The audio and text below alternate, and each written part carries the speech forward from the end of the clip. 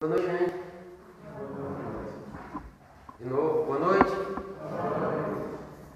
Fora da caridade não há salvação. Será que a gente se salva? Será que a gente faz esse questionamento para nós no nosso cotidiano, no nosso dia a dia? Hoje nós vamos adentrar em algumas questões que são até certo ponto filosóficas. Mas nós vamos começar exatamente com o item 10 do capítulo 15 do Evangelho segundo o Espiritismo, que é uma linda mensagem de Paulo. Peço licença a vocês para ler essa mensagem e, hora ou outra, eu dou uma paradinha para fazer um comentário. Aí depois a gente entra, propriamente dita, no tema. Meus filhos, na máxima, fora da caridade não há salvação, estão encerrados os destinos dos homens, na terra e no céu. Na terra, porque à sombra desse estandarte, eles viverão em paz. No céu, porque os que a houverem praticado acharão graça diante do Senhor. Para começar, a gente percebe a importância da caridade, não só sob o prisma de nós encarnados. Nós nos beneficiaremos da caridade, quer estejamos encarnados, quer estejamos desencarnados, assim na terra como no céu. Continuando com Paulo, essa divisa é o facho celeste, a luminosa coluna que guia o homem no deserto da vida, encaminhando-o para a terra da promissão. Aqui Paulo faz uma remissão a um dos livros do Pentateuco hebraico, que é o livro Êxodo, que trata justamente da saída do povo hebreu, da escravidão do Egito, os 40 anos de deserto, a busca da terra da promissão. Então, o que seria isso? O que a caridade nos ajudaria nessa busca? A caridade nos tira da dor e nos leva à felicidade. Nos tira da escravidão do Egito e nos leva para a liberdade, para a felicidade, para a paz, para a terra da promissão, que nada mais é do que um estado de espírito e não um lugar geográfico. Voltando para Paulo, ela brilha no céu como auréola santa, na fronte dos eleitos e, na terra, se acha gravada no coração daqueles a quem Jesus dirá: passai à direita, benditos de meu Pai. Reconhecê-los-ei pelo perfume de caridade que espalham em torno de si. Nada exprime com mais exatidão o pensamento de Jesus. Nada resume tão bem os deveres do homem como essa máxima de ordem divina. Aqui Paulo nos traz algo que todos nós já sabemos no íntimo. A caridade é um dever de todos nós. Porque todos nós temos as nossas missões individuais. Alguns de nós vai ter que conviver com o adoecimento. Outros de nós vamos ter que conviver com a miserabilidade econômica e financeira. Outros vão ter que conviver com um parente difícil, com um amigo que nos desafia. São as missões individuais, mas todos nós temos a missão em comum de progredirmos, de desencarnarmos melhor do que encarnamos. E como é que a gente vai fazer isso se nós não nos abraçarmos com esse dever da caridade? Que nada mais é do que o amor em exercício. Mas eu queria trazer uma visão diferente sobre a caridade.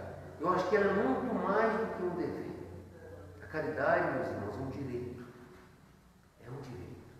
Eu sei que a grande maioria de nós, aqui nesse mundo de provas e expiações, entende a caridade como uma obrigação, como um dever, como algo que eu preciso fazer.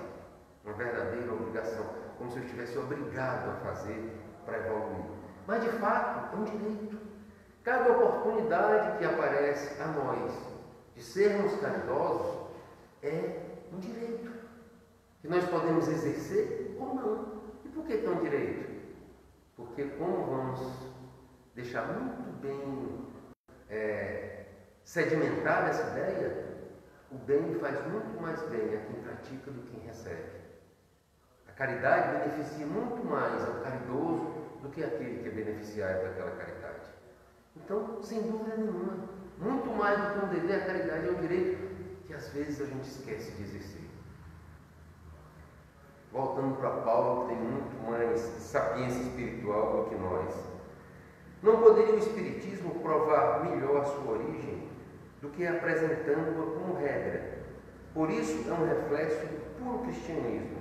Levando-a por guia, nunca o homem se transviará. Dedicai-vos assim, meus amigos, a perscrutar-lhe o sentido profundo e as consequências, a descobrir por vós mesmos todas as aplicações. Aqui Paulo deixa muito claro que a caridade é a base, é o sedimento do cristianismo e, por consequência, do espiritismo. Mas nem poderia ser diferente, porque caridade é amor. E amor, vocês sabem o que é amor? Segundo João, o evangelista, Deus é amor. Foi a conceituação que João deu para Deus. E para mim, essa conceituação preenche muito mais o meu coração do que a resposta à primeira pergunta do Livro dos Espíritos. Inteligência suprema, fonte primária de todas as coisas. É claro que Deus é isso também, mas quando João chega e diz Deus é amor, isso me acolhe, isso me toca profundamente. Então, caridade é nos aproximarmos do próprio Deus, amor. Submetei todas as vossas ações ao governo da caridade e a consciência vos responderá. Não só ela evitará que pratiques o mal, como também fará que pratiques o bem. Porquanto, uma virtude negativa não basta, é necessário uma virtude ativa. Para fazer-se o bem, mister sempre se torna a ação da vontade. Para não se praticar o mal, basta, a mais das vezes, a inércia da despreocupação. Aqui cabe uma reflexão para nós. Quantos de nós, em alguns momentos da nossa vida, a gente diz, não, eu estou cumprindo minha missão, não faço mal a ninguém. Será que isso basta, meus irmãos? Será que não fazer o mal a ninguém basta? Será que não é muito pouco para nós que somos filhos de Deus? Será que não é muito pouco para nós que dentro de nós pulsa a fagulha da divindade? Me parece que o nosso intuito, o nosso objetivo é muito mais grandioso do que simplesmente não fazer o mal. Se não vejamos alguns exemplos, eu não calunio ninguém, mas também não desfaço uma calúnia que chega até mim, simplesmente cruzo os braços. Não pratiquei o mal, mas perdi a oportunidade de fazer o bem. Eu não agrido, não ajo com violência com ninguém, com relação a ninguém, mas perco a oportunidade de evitar que alguém agrida uma mulher, um homem que faça algum ato de grosseria, uma criança que está sofrendo um ato de violência, às vezes eu não intervenho. Então, será que é adequado para nós que nos dizemos espíritos em evolução, simplesmente não fazer o mal? Precisamos repensar essa nossa postura, que nada mais é do que uma postura de acomodação. E precisamos entender que a regra negativa ficou no passado. A regra negativa que bastava eu não fazer é da época de Moisés. Se vocês perceberem, qual era as regras basilares das tábuas mosaicas? Não matarás, não furtarás, não cometerás adultério. Ou seja, era não. Então, para atender àquela lei, o que é que eu precisava fazer? Só cruzar os braços. Eu chamo isso de a lei negativa. É muito mais fácil do que a proposta do Cristo. Porque a proposta do Cristo não basta eu cruzar os braços. O Cristo diz, ama o próximo como a ti mesmo. Se eu cruzar os braços, eu vou estar cumprindo essa sugestão que o Cristo nos deixou? Evidentemente que não. Quando ele diz, perdoa infinitamente, porque o 70 vezes 7 quer dizer infinitamente. Se eu cruzar os braços e não me trabalhar, não me preparar para perdoar, começar por mim mesmo, eu vou fazer alguma coisa? Então a proposta do Cristo é uma proposta ativa. Eu tenho que sair da minha inércia. Eu tenho que fazer. E o fazer é sempre mais difícil do que o não fazer. Só que nós devemos lembrar que esse Cristo que trouxe uma proposta muito mais desafiadora, ele nos apresentou um Deus muito melhor. Porque o Deus da época de Moisés era vingativo, era cruel. Os nossos irmãos judeus ainda esperam aquele Salvador montado no cavalo, com a força bélica muito grande. Cristo vem dizer assim, não, Deus é Pai, Deus é amor. Então a proposta é mais desafiadora, mas nós temos um suporte de amor para nos ajudar no cumprimento dessa tarefa. Meus amigos, agradecei a Deus o haver permitido que pudesseis gozar a luz do Espiritismo.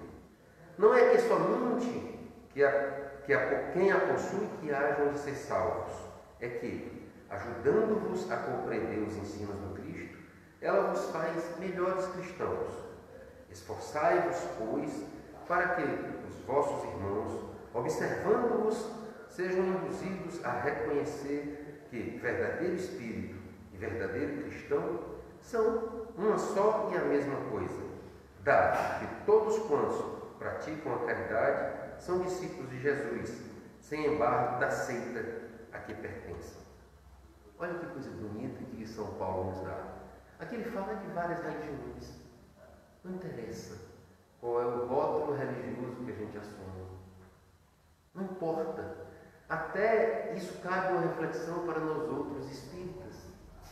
Às vezes a gente se digladia, às vezes a gente se vê em intermináveis delongas e discussões para dizer que o espiritismo é melhor, os nossos irmãos católicos vão dizer que o catolicismo é melhor, e aí fica uma guerra sem o menor sentido. Até porque, minha gente, nós acreditamos na reencarnação. O simples fato de eu acreditar, ter convicção na reencarnação, não me faz um ser humano melhor. Os nossos irmãos católicos acreditam na consagração da hóstia. Para eles estão se alimentando do corpo do Cristo. Esse fato faz dos irmãos católicos seres humanos melhores? Também não. O que é que nos faz melhores? É amar, é praticar a caridade, é perdoar. E aqui fica uma pergunta: o amor espírita tem mais valor que o amor católico? Tem mais valor que o amor evangélico? É tudo igual. O perdão muçulmano é diferente do perdão budista? É diferente do perdão do umbandista? É tudo igual. Então, entre as religiões, o que realmente importa, que é o amor, que é a caridade, que é o perdão, que é a humildade, é tudo igual. Então, por que a gente vai se apegar às diferenças que realmente não importam? Eu tenho convicção na reencarnação, mas a convicção é minha. Eu não vou opor nem impor isso a ninguém. Não tem sentido. Muito pelo contrário, eu vou me abraçar com o amor que é igual em todas as religiões, com perdão, com a caridade. E aqui Paulo nos dá essa lição, que somos todos irmãos. Não importa o rótulo com relação ao qual nós pautemos nossas vidas. Se nós somos brancos, amarelos, negros, se nós somos homens, mulheres, ricos, pobres, católicos, umbandistas, budistas, somos todos irmãos. Estamos todos no mesmo barco desse planeta chamado Terra. Agora vamos começar a trabalhar, né? Senão eu posso ser demitido, né? Não posso botar só Paulo para trabalhar. Então, minha gente, o que é salvação? Já que fora da caridade não há salvação, vamos começar. O que é salvação? Tradicionalmente, inclusive, nas religiões que continuam sendo muito tradicionalistas, salvação é paraíso. Salvação é o Shangri-La, salvação é os mundos felizes para nós espíritas, salvação é o céu católico, salvação é a terra da promissão dos judeus. Só que nós precisamos abandonar essa ideia porque ela nos remete a um local, no nosso caso, a um mundo, a um planeta, e nós precisamos entender que a salvação é da porta para dentro, é muito maior, é um estado de espírito e não no local geográfico. Lá no texto de Paulo, ele fala, fazendo um paralelo, do êxodo de Israel saindo do Egito. Os nossos irmãos, ou nós mesmos naquela época, fugindo da escravidão do Egito, atravessando por 40 anos o deserto em busca da terra da promissão. O Cristo vem nos fazer entender qual a simbologia desse texto, dessa passagem histórica. O Egito, para nós, encarnados aqui em 2024, simboliza a nossa escravidão, a nossa própria pequenez, a nossa vinculação à matéria. Então, se não for me colocar qual é o meu Egito, que eu preciso fugir dele, lá era a escravidão dos judeus, aqui é a escravidão que eu mesmo imponho a mim. quando me vinculo exclusivamente à matéria. Veja como eu me torno um escravo. Eu que sou um espírito infinito, eu que tenho a luz divina dentro de mim, abro mão disso para me vincular exclusivamente à matéria. Então é uma escravidão opcional. Nós optamos por nos abraçarmos com essa escravidão, que é um paralelo que se faz com o Egito. E o que seria terra da promissão? Terra da promissão é a felicidade, é a comunhão com a lei de Deus. Então, o que é para nós espíritas buscar a terra da promissão? Buscar cada vez mais a comunhão com a lei de Deus. Eita, Romulo, que negócio difícil. Como é que a gente faz isso? Cristo nos deixou um manual de tudo, que a gente chama de Evangelho. Tem tudo lá. Tudo. É só fazer aquilo tudinho que a gente se abraça, que a gente vai ser plenamente feliz, que a gente vai se encontrar dentro dessa terra da promissão. Eita, mas ali tem coisas muito desafiadoras. É verdade. Mas nós temos só o infinito para cumprir aquelas sugestões. Mas nós não devemos nos acomodar com esse excesso de tempo. Porque a nossa caminhada, já disse várias vezes aqui nessa tribuna, tem que ser sem pressa, mas também tem que ser sem pausa. A gente não pode tirar férias da nossa evolução espiritual de forma alguma. Então a gente tem que estar sempre dando o nosso passinho. Se hoje eu não consigo amar ao inimigo, que a grande maioria de nós não consegue, então que eu possa pelo menos tolerar a diferença do meu irmão, que já é um passinho no começo desse amor proposto pelo Cristo. E Gamaliel, o grande Gamaliel, que foi um dos mentores de Saulo de Tarso, disse já ao convertido Paulo que, antes dele ir para o deserto, a terra da promissão é o Evangelho do Cristo. Quer dizer, naquela época, aquele homem iluminado já tinha percebido que a terra da promissão não era aquilo que os judeus esperavam, que era um lugar geográfico, delimitado e maravilhoso, que a terra da promissão é o Evangelho do Cristo. E o que é o Evangelho do Cristo? É coadunar-se, é a gente atender aos desígnios, à lei de Deus. E o deserto? O que seria o deserto? Trazendo para os nossos dias atuais, o deserto é o nosso deserto interior, é a nossa secura, é a nossa aridez. E por que aqui interiormente nós somos secos, nós somos áridos? Por causa do orgulho, por causa do egoísmo, por causa da vaidade, por causa da nossa falta de humildade. Então, tudo isso é o nosso deserto interior. Para sair do Egito, para a terra da promissão, os nossos irmãos judeus tiveram que atravessar o deserto. E para nós sairmos da escravidão que nós impomos a nós mesmos, nós temos que atravessar esse nosso deserto interior até chegar num ambiente de felicidade, nessa busca infinita de nos comungarmos com a lei de Deus. E essa simbologia do deserto não é por acaso. Os judeus passaram 40 anos nessa peregrinação. O Cristo passou 40 dias. Por que será que o Cristo passou 40 dias no deserto? Para nos demonstrar como é que a gente vence esse nosso deserto interior. Como é que a gente vence as nossas dificuldades com humildade, vencendo o orgulho, passando por cima da vaidade. É dessa forma que a gente vence esse nosso deserto interior. E outra coisa, a gente percebe claramente, quando a gente vai caminhar no deserto, eu sei que quase nenhum de nós, ou nenhum de nós já caminhou no deserto. A gente já assistiu muito, a gente conhece o que é um deserto, a aridez, a secura, a temperatura. Então a gente leva muito pouca coisa conosco. Muito pouca coisa conosco para atravessar o deserto. Então, quando formos atravessar o deserto interior, a nossa secura interior, a gente tem que diminuir o máximo da nossa bagagem. E o que é que a gente vai deixando pelo caminho? Justamente o orgulho, o egoísmo, a vaidade, a soberba. A gente vai tirando essas cargas para atravessarmos melhor, para passarmos melhor por esse deserto. Sempre com a consciência que a abundância está dentro de nós. Será? Será? Nós somos filhos de Deus, únicos no universo. Dentro de nós pulsa a fagulha da divindade. Então a abundância está dentro de nós. E por que a gente não encontra? Porque a gente sempre procura fora. A gente está procurando fora. A gente está procurando o outro. A gente quer sempre remendar o que está fora da gente. Esquece de olhar onde é que está essa abundância. Está pulsando dentro de mim, só que eu não consigo perceber. Porque eu começo a colocar cobertores, máscaras, que começam a apagar essa luz vibrante, pulsante, que é esse Deus vivo que está dentro de todos nós. É comum que a humanidade fraqueje dentro do seu deserto interior. E essa é a nossa missão. É trabalhar essa nossa característica e esse nosso deserto interior. E aí vamos voltar para o nosso tema, caridade. Caridade é a água e o alimento que nos ajuda a percorrer esse deserto interior bem.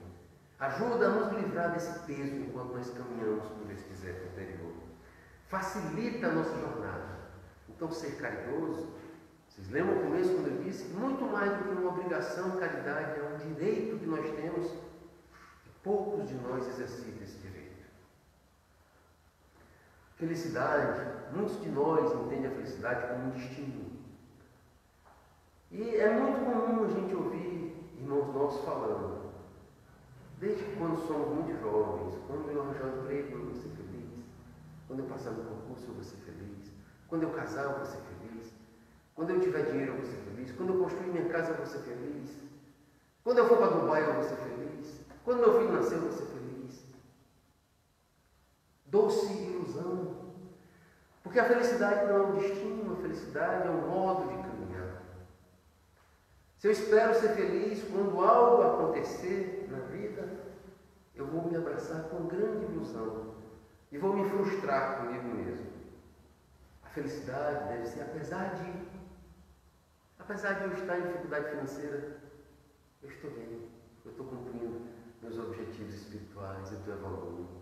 Apesar de eu passar por esse adoecimento, eu estou bem, eu estou com Cristo ao meu lado, eu estou com o Evangelho, que é o Consolador, o grande Consolador.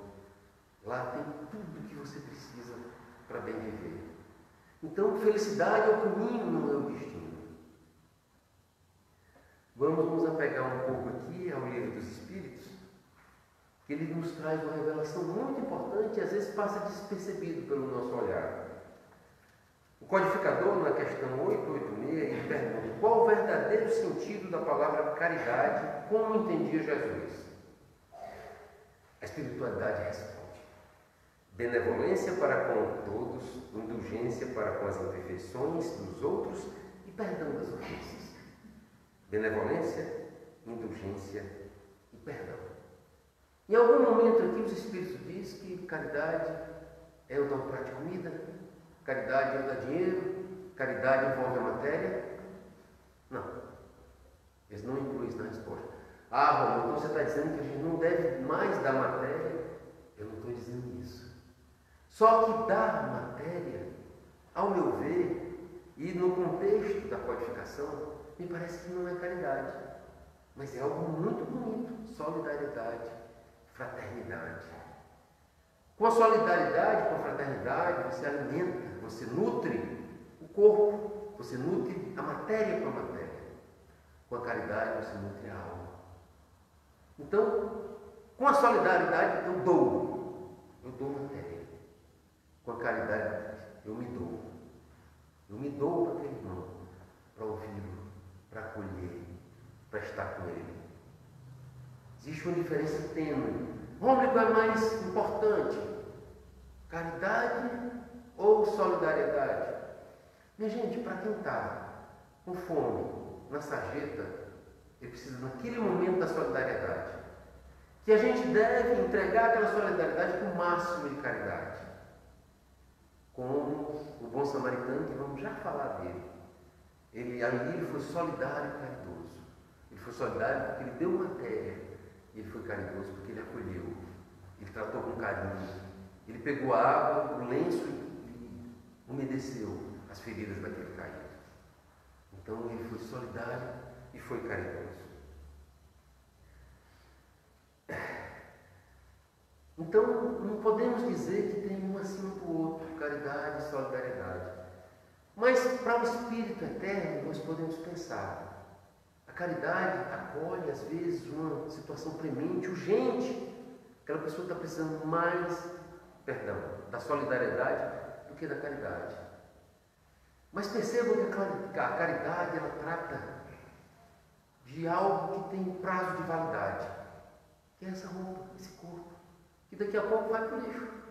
Daqui a pouco essa roupinha, não essa azul, mas essa roupinha que está por baixo dessa azul, vai para o lixo. Então tem prazo de validade. A solidariedade cuida dessa coisa que tem prazo de validade. A caridade é eterna. A caridade que você faz eternamente vai estar no teu coração e vai ter ajudado aquele que recebeu a caridade a ter a oportunidade de tomar aquilo para o espírito dele. Não importa que encarnação ele esteja. Mas volto a dizer, às vezes o caído, o faminto, o sedento, precisa muito mais e com muito mais urgência da solidariedade do que da caridade. Vejamos a história do Cristo. Cristo deu matéria para alguém, aí aquele nosso irmão bem estudioso vai dizer, deu. Cristo deu pão e peixe. É verdade. Cristo deu pão e peixe. Por aquele dia. Por aquele dia. No dia seguinte já ficou o nosso encargo. Ir atrás do nosso pão e do nosso peixe. Ou seja, ir atrás da matéria. E o Cristo deu o quê? Deu paz de espírito. O Cristo deu esperança. O Cristo deu força. O Cristo nos mostrou um Deus amor. Então o Cristo passou aqueles 3 anos de trabalho intenso nos dando coisas para a eternidade. Não só para aquela encarnação. Quando ele deu o peixe e o pão, era só para aquela encarnação. E digo mais, era só para aquele dia. Para matar a fome daquelas pessoas naquele dia. Mas a história do Cristo foi uma história de se doar, caridade, amor em exercício. Amor em exercício. E muita gente diz assim, em especial os nossos irmãos evangélicos, sem nenhuma crítica, todo ato de amor a Deus, todo ato que ajuda o ser humano a se transformar é válido. Aceitei Jesus e estou salvo. Vamos pegar essa frase e fazer alguns questionamentos, porque nós espíritos temos a obrigação de questionar as coisas. Nós estamos salvos de quem mesmo? Ou salvos de quem? Alguém sabe responder isso? Porque se a gente está salvo, a gente tem que estar salvo de alguma coisa ou de alguém. A resposta é tão complicada e tão simples que a gente está salvo de nós mesmos. Quando a gente conhece o Cristo, a gente fica salvo de nós mesmos. Aí alguém vai dizer, Rômulo, agora você complicou, explica isso melhor. Vou explicar dando um exemplo da minha vida. Eu, quando era muito jovem, para mim o pior inimigo era aquele bem forte, bem musculoso, bem raivoso, que usava arma. Para mim esse era o pior inimigo que eu poderia ter. Por quê? Porque ele podia bater em mim, podia atirar em mim. Aí eu fui crescendo e fui percebendo que era muito fácil eu me livrar daquele inimigo. Era só eu me manter distante dele.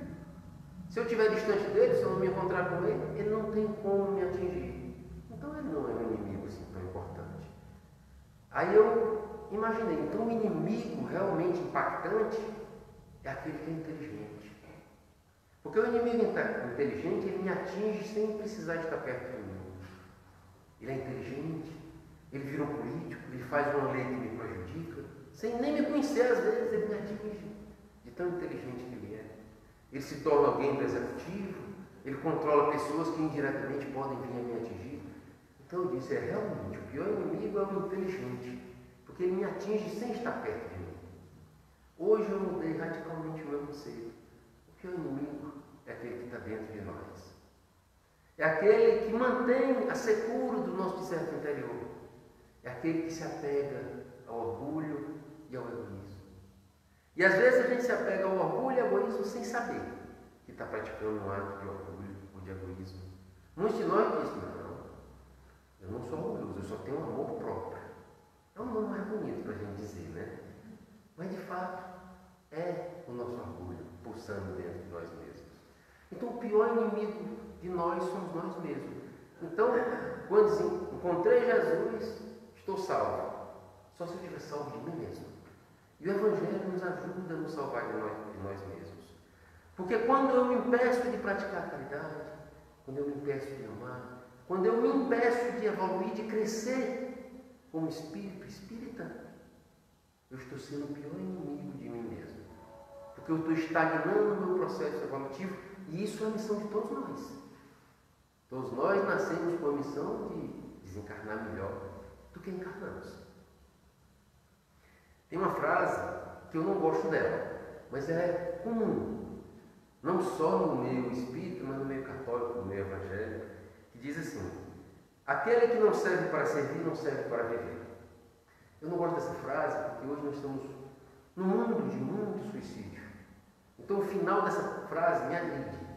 Eu prefiro dizer assim: aquele que não serve para servir, não aprendeu a viver. Por quê? Porque servir é um direito meu. Só que a gente tem como obrigação. E como a gente tem como obrigação, a gente serve pouco. Mas precisamos repensar isso dentro de nós. Porque a caridade, ela anula o egoísmo. Agora chegou a hora do bom samaritano. É eu lendo, falando e olhando para a hora. Mas vai dar tempo. O bom samaritano. Todos nós conhecemos essa parábola. Nós vamos passar um pouquinho por ela para rever, para reacender alguns conceitos, né? Primeiro, aquele homem que foi assaltado, caído na estrada, quem passa é um sacerdote. Ele olha, se distancia e passa ao lado. O que é que o Cristo quis representar com o sacerdote? É o que conhece. É o que conhece a lei. No nosso caso, é o que conhece o Evangelho. E nada faz. E nada fez. Então vamos trazer para nós, porque o Evangelho tem que trazer para nós. Quanto mais conhecimento nós temos, mais responsabilidade nós temos também. Então, quando a gente deixa de fazer, a gente não pode dizer que não conhece. Todos nós conhecemos a lei do amor, como todos nós conhecemos a caridade, todos nós conhecemos a necessidade do perdão. Então nós não podemos dizer que não conhecemos. Nós simplesmente deixamos de fazer por opção própria. Agimos como esse sacerdote, que se eximiu de um ato de solidariedade e de caridade. Depois o levita. O levita eram os homens de posse, a classe importante da época, que também tem uma responsabilidade. Por quê? Porque foi emprestado a ele, naquela encarnação, recursos materiais. Então, se ele tinha recursos materiais, isso gerava nele também uma obrigação maior. Esse também olhou e passou ao lado. Aí vem quem? O samaritano.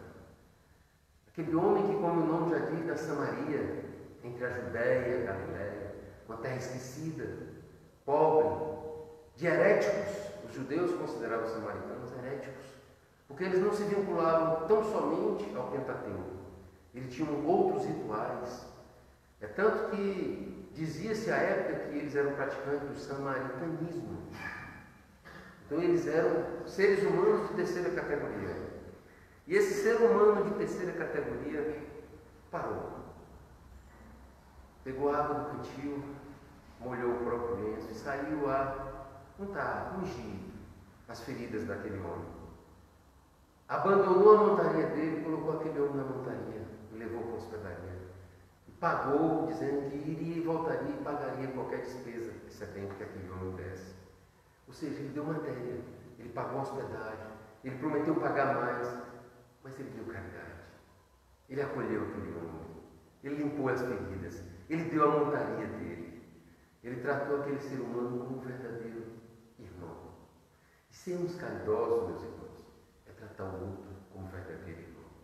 Sermos caridosos é a gente fazer com o outro o que a gente gostaria que o outro fizesse conosco. Isso é ser caridoso. É um desafio muito grande, sob o nosso ponto de vista, ainda encarnado nesse mundo de provas e expiações. É. Mas se a gente não começar a caminhar, dar os pequenos passos nessa direção, a gente vai se atrasar cada vez mais. E aí uma pergunta que você já sabe responder. Aquele samaritano fez bem a quem?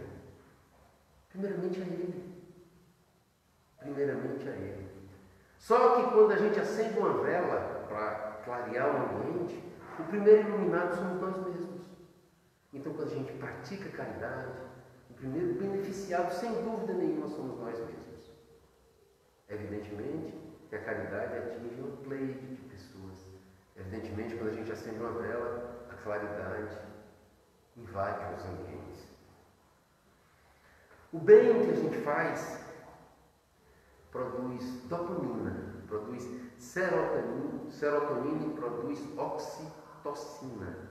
São 3 neurotransmissores da felicidade que atuam no nosso hipotálamo, no nosso sistema límbico. Então, fazer caridade promove a nossa saúde física, a nossa alegria, o nosso bem-estar. Porque isso é comprovado cientificamente. Você estimula a produção desses 3 neurotransmissores. Então, vamos deixar isso bem gravado no nosso coração. Salvação não é um lugar. Salvação não é um destino. Salvação é o nosso dia a dia. Salvação é um modo de caminhar. Salvação é eu dar os meus passos, por menor que eles sejam. Não tem um parâmetro de passo. Você deu um passo aqui, amanhã você tem que dar outro, e o tamanho do passo é esse. Cada um de nós tem um tamanho do passo adequado ao nosso nível espiritual e emocional. Não adianta a gente querer dar um passo maior do que a nossa capacidade espiritual e emocional. Agora, nós não podemos nos dar o luxo de cruzar os braços. Porque se a gente faz isso, a gente recebe uma visita de uma pessoa muito amiga nossa, muito caridosa, que é a dor. E o Chico entendia muito a relação da dor com a gente. Chamava ela de irmão dor. Porque ele não tinha ela como inimiga. Ele sabia que ela era de ordem divina e vinha para nos chacoalhar, para nos alertar. Presta atenção, criatura. Presta atenção, Rômulo. O que você está fazendo na sua vida? Olha os desvios do teu caminho. Muda de rota enquanto é tempo. Tenho que correr. Gente, nós sabemos que o Espiritismo é o Consolador prometido, não é verdade? Mas eu estou chegando a uma conclusão diferente. Eu estou achando que o Espiritismo é o perturbador prometido. Porque depois que a gente conhece o Espiritismo, a gente não peca mais em paz, não. A gente não consegue mais pecar em paz. A nossa consciência começa a cobrar coisas da gente. A gente começa, parece que tem alguém vigiando a gente aqui. Meu Deus do céu, o perturbador prometido. Mas é abençoado esse perturbador prometido. É abençoado essa evolução de consciência. Porque é ele, o Espiritismo, que veio descortinar. Ele não trouxe nenhuma novidade em relação ao que o Cristo nos deixou. Nada novo.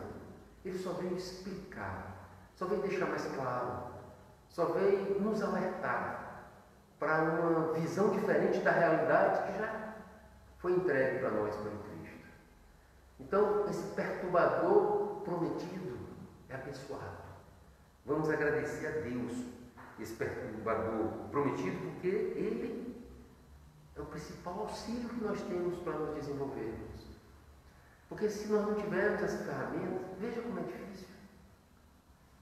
Se nós não nos entendermos como espíritos eternos, que é a proposta do Evangelho de Cristo, veja como é difícil a gente passar por esse deserto interior, a gente vencer as nossas tendências, se a gente não tiver o apoio do cristianismo, da teoria do Cristo, tão bem explicada para a gente pelo Espiritismo.